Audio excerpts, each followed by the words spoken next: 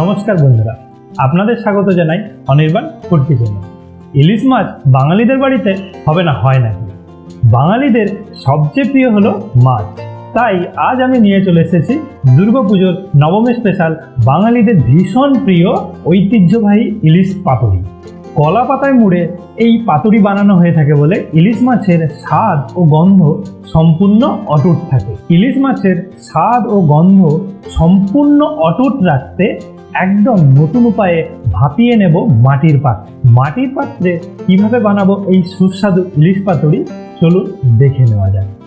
এই রেসিপিটি বানানোর জন্য আমি একটি 800 গ্রাম ওজনের ইলিশ মাছ নিয়েছি। মাছটি ধুয়ে কেটে নেব।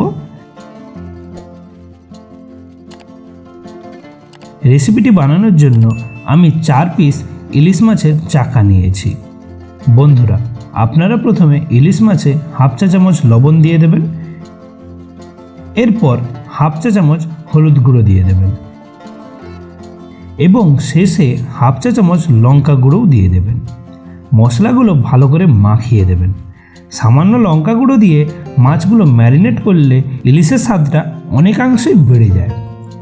সমস্ত মশলাগুলো ভালো করে মাখিয়ে মাছগুলো 15 থেকে 30 মিনিট রেখে দেবেন। চলুন বন্ধুরা, মাছগুলো ম্যারিনেট হতে হতেই আমরা ইলিশ পাতুরির মশলাগুলো তৈরি করে নেব। একটি পাত্রের মধ্যে নিয়ে নেবেন 3 টেবিল চামচ কালো সর্ষে, 1 টেবিল চামচ পোস্ত এবং 3 থেকে 4টি কাঁচা লঙ্কা দিয়ে মশলাগুলো বেটে নেবেন। এই মশলাগুলো বাটতে সামান্য লবণ দেবেন, তাহলে সর্ষেটা খুব সুন্দর বাটা হয়ে যায়। সব মশলাগুলো বাটা হয়ে গিয়েছে। সামান্য লবণ এবং কাঁচা লঙ্কা দিয়ে সর্ষে বাটলে সর্ষেটা তেতো হয়ে যায় না। এই বাটা মশলাগুলোতেই দিয়ে দেব 3 টেবিল চামচ টক দই। এতেই দিয়ে দেব 3 টেবিল চামচ কাঁচা সর্ষের তেল।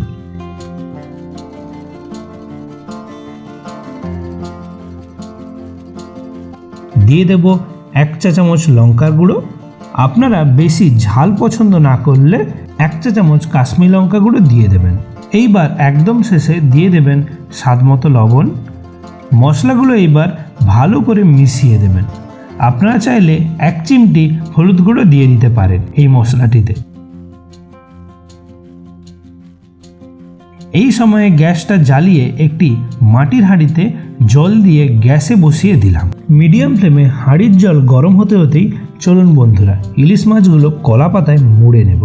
দেখুন বন্ধুরা, একটি নরম কলা পাতায় 1 চামচ মশলা দিয়ে তার উপর ইলিশ দিয়ে ইলিশের উপরে 1 থেকে 2 টেবিল চামচ মশলা দিয়ে ভালো করে মাখিয়ে ওপরে একটা চেরা কাঁচা লঙ্কা দিয়ে মাছটা মুড়ে নেবেন। কলা পাতাটা এইভাবে মুড়ে নিয়ে একটি সুতো দিয়ে পাক দিয়ে পাতাটি বেঁধে নেব। সুতো দিয়ে খুব জোরে বাঁধবেন না, নইলে সুতোর চাপে কলা পাতা কেটে যেতে পারে। এই কলা পাতাগুলো দেখুন খুবই নরম পাতা। এই নরম পাতাতে মাছ মুড়লে পাতাটি ফেটে যায় না। আপনারা যদি নরম পাতা না পান তাহলে পাতাটি গ্যাস অথবা তাওয়ার মধ্যে হালকা করে সেঁকে নেবেন, তাহলে পাতাটি মাছ মোড়ার সময় ফেটে যাবে না। সব মাছগুলো ভালো করে কলা পাতায় বেঁধে নিয়েছি।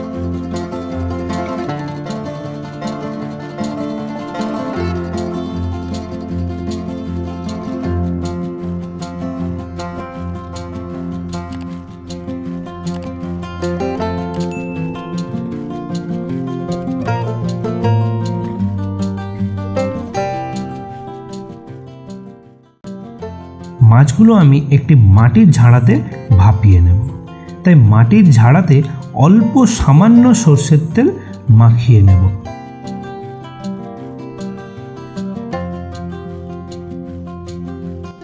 ঝাড়াতে সর্ষের তেল মাখিয়ে নিয়ে একে একে পাতুরিগুলো দিয়ে দেব।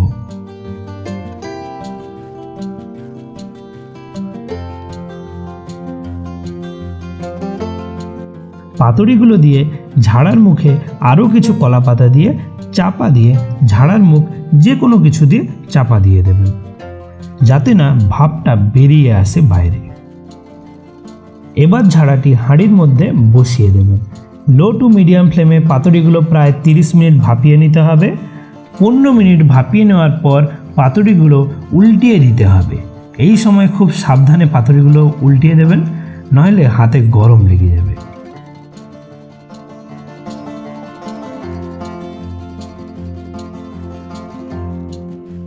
পাতুরিগুলো উল্টিয়ে আবার একবার চাপা দিয়ে আরও 15 মিনিট একদম লো তাপে ভাপিয়ে নেবেন। 30 মিনিট পর দেখুন পাতুরিগুলো খুব সুন্দরভাবে ভাপানো হয়ে গিয়েছে।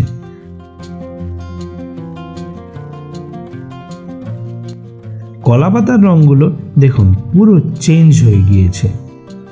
চলুন দেখে নেওয়া যাক ইলিশ মাছের পাতুরিগুলো কেমন হয়েছে।